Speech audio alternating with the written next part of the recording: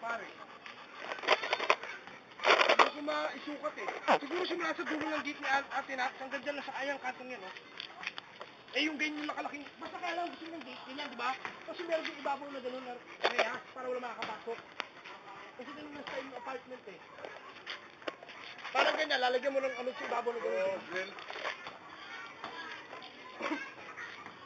Yung gate kasi na luma, ano lang, hindi na mabuksan yung isang piraso. Kasi isa lang na mabuksan. Oh, stainless na. Kasi ano rin naman yun eh. Ang tawag dito, parang kamag-anak din yung may-ari na apartment. Parang gabayaran ata sa kayo na pag pinagawa niya. Okay lang. Kaya sabi ko sa kayo, mahal ang stainless. Pero ito, simula, alam mo yung pag-ganito pa kayo. Pero sabi na sige kung ito ba, hindi lang daw yung tagalang pera. Hindi ko tawagan ka din. Tawagan mo yan, sabi ko, para Papa! kung malaman ako, tawagan mo yan. Papa! Ay, sakya nga, puntangan, bagong barrio lang yun, kaya. Papa, yung meron lang dun, Papa, yung dinilaan ni Mika, yung Shanghai. Ang bala doon, kahit matubuan mo. Ano tingnan mo dyan, Max?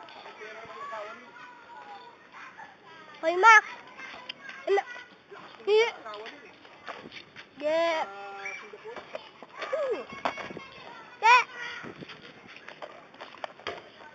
Papa, yung meron lang dun yung dinilaan ni Mika, yung Shanghai doon. Wala na. Malay mo rin, diba? Huwag mo kukunin ng ano yun, pare. Huwag mo kukunin ng ganun para sa ginawa mo. Find the hole! Si Bomba! Boom!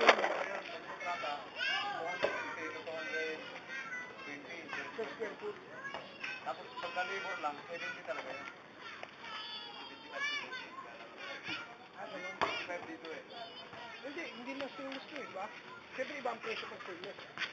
Diba, 500 yun. 500 times 2. Times 2. 500 to 450.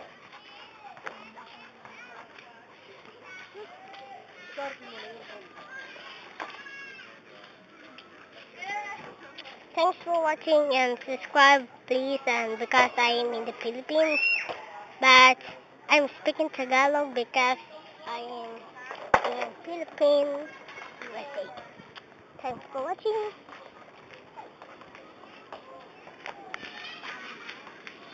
Paalam.